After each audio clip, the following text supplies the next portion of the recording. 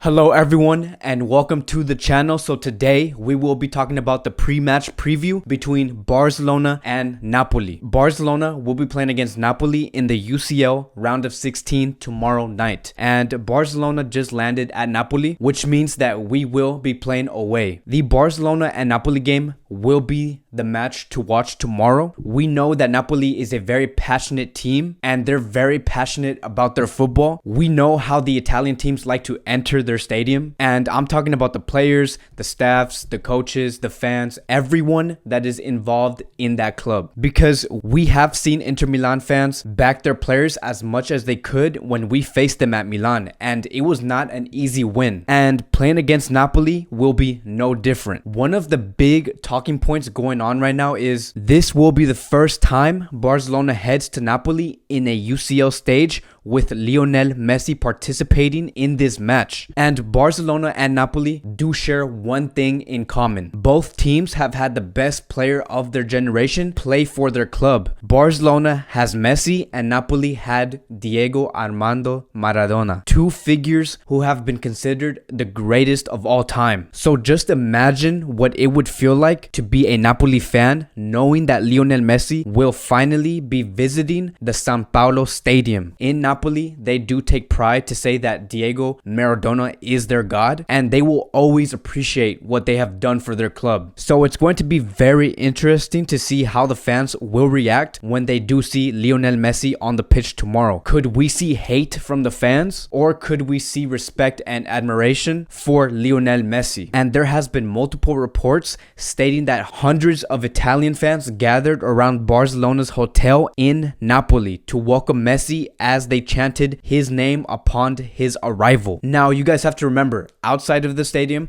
they could love Messi, but once we do get inside the stadium and Napoli and Barcelona do play, there could be a whole different type of atmosphere. So I first want to speak about Napoli, and Napoli is a team that has been on a great run. Napoli did encounter a setback by having their manager sacked mid-season, which I believe happened back in December. Since that point, they have never looked back. In their past 7 matches, they have won 6 times under their current coach, who is Gattuso. But regardless if Gattuso was the manager or not, Napoli has been having a great season because of their players. And we can see here in the group stages that Napoli beat Liverpool 2-0 and then went on to tie against Liverpool at their home 1-1. Then they beat Juventus 2-1 this year, and then they beat Inter Milan 1-0. They have had disappointing matches over the course of the season where they could have easily won 3 points. But if we take a step back, right, and we look at the whole season, right, they are a team that rises on big occasions and they want to get a result. This is something that Barcelona should be very cautious about, because I don't want Barcelona to underestimate this Napoli team just because we have seen Napoli lose against a low table team. Napoli knows when to turn up or not. Now I want to speak about Barcelona. Right now, Barcelona is coming off a 5-0 win against Eibar. And we did not just win, but we won in style. And that is a win that we have been wanting to see since like 2018. And seeing this match live was such a relief. I loved it. I loved every minute of this match. I feel like this Barcelona under Quique Setién is really improving, and Barcelona is looking to replicate that and bring that energy into the San Paolo Stadium. And surprisingly, Barcelona is actually in the same situation as Napoli, which is they both fired their coach mid-season. Right now, Barcelona is in the process of adapting to the Quique Setién system, and at the moment, if you're asking me, they are doing great. We have to make a statement in tomorrow's match showing that we are improving and that we can win on big occasions like what's going to happen tomorrow. And we want to prove to everyone that we are working well under Quique Setién. And since I am mentioning Quique Setién, I do want to speak about Quique Setién for a little bit. This will actually be his first UCL game ever. We have to remember that Quique Setién is a coach that has only managed mid-table teams. So playing a round of 16 game in the UCL is all new to him. And I believe this will not be just a tough test for the players, but also for Quique Setién, because we know that the UCL tournament and La Liga are completely different. We can have some bad games in the league and still win the league like down the road, because the league is 9 months long, but not with the UCL. You have 2 chances right now, which is tomorrow and then 2 weeks after. Those 2 chances that Quique Setien has on his hands will answer the question if he's going to advance to the next round or not. Because if you don't, you're out for the rest of the season. So it's a very new and different situation for Quique Setien, and I know that he is up for that challenge. Quique Setien will need to get it right this time. There is no slacking off. He will need to find the right lineup, the right tactics, and the right attitude from the players. So that leads me to the question, what does Barcelona need to do to win in this match? What is the one thing Barcelona needs to do to beat Napoli? And I'm going to answer this very plain and simple, and that is to press aggressively. That is the only method that we need to apply in tomorrow's game in order to get a good result. What we did against Eibar is exactly what we need to do against Napoli, which is to press the defenders and regain possession as fast as possible. And if you guys don't know what I'm talking about, go watch my last video. I did explain what Barcelona had to do in order for Messi to score that 3rd goal. So if we do apply this aggressive pressing, Napoli is a team that does not have the technical ability to get away from the tight spaces. So what Barcelona needs to do is really be on top of the midfielders and defenders and press high. We even saw Gattuso, who is the Napoli coach. He explained that Barcelona wins the ball back in under 6 seconds under Quique Setien compared to Valverde, where they regain possession in 11 seconds. And he said exactly this: I'm worried about Barcelona with Setien. They're getting the ball back much more quickly compared to Valverde's time. And this is what we need to do. Everyone is aware of this. Napoli knows, the coach knows that they do not have the technical ability to get away from our high press. And if we can do that, we could get a good result. But it is not as easy as it sounds. In order for this method to work, we need to have the right players. So it is all going to depend on what starting 11 we are going to choose when we do face against Napoli. And this is going to be my predicted starting 11. I believe that we should start how we started against Eibar. We should have Semedo, Piquet, Lenglet, and Junior Firpo as our backline. Arthur, De Jong, and Busquets in the middle. And then up top, I'm having Messi, Griezmann, and Vidal. And notice how I have Vidal on that left wing. Every time he's put in that position under Quique Setien, he doesn't necessarily have to do what a left winger needs to do. What he does is that he shifts in and acts like an attacking midfielder, and he's right behind Messi and Griezmann, and that is exactly where I want Vidal to be. Vidal will be the key to win this game because no other person can press as well as he does. He has the intensity, he has the physicality, and if Vidal does the job right and he wins the ball in Napoli's half, then we can score the goals that we need to score. Later in the match, I do actually want to see Ansu Fati participate in this game. So if Ansu Fati does come in, I do want to see Ansu Fati coming in for Arthur and then having Vidal come back into the midfield and having Ansu Fati go into that left wing position. Ansu Fati is a player that knows how to rise on big occasions. We have seen him score against Inter Milan, and I believe that he can do the same thing against Napoli. So I do want to see Ansu Fati tomorrow. 2 things to take note is that if we look at the squad list here, we can see that Braithwaite is in the squad list. He will be included, but he will not play. We have to remember that he cannot participate in the UCL. So what he's going to do is to just be with the team, get a good feel on what it's like to go to a UCL match, because just like Quique Setien, this is all new to him. So this is going to be a great experience for Braithwaite. We can also see that we are missing a couple of players. We will not have Luis Suarez, Dembele, Sergio Roberto, and Jordi Alba. The other thing I want to point out is that according to Mundo Deportivo, Busquets and Semedo are both a booking away from missing the return leg against Napoli. Now, this is a very serious issue, but it is fixable. It will be okay if we do risk Semedo for this match, because even if Semedo does get a yellow card and he's booked for the next match, by that time in 3 weeks for the second leg, Sergio Roberto will be back, and that's going to be the worst case scenario. As for Busquets, if he does get a yellow card in this match and he has to miss the next game, which is the second leg, we can always use De Jong to fill up his role. And this is where I believe having a saturated midfield can really help us, because if Busquets is not there, we can have De Jong in that defensive mid position and then have Arthur and Vidal right next to De Jong. So yes, it's a very serious issue. I don't want no one missing, but Barcelona does have the players in order to recover. So that is it for today's pre-match preview. Thank you guys for watching. I cannot wait for tomorrow's match. I will be making a post-match analysis, and I'm going to make that video as soon as possible. And I lastly want to give my score prediction. My score prediction is going to be 2-0. Let me know what your score prediction is going to be. Thank you guys for watching. I appreciate all the love and support. and I'll see you guys in tomorrow's video.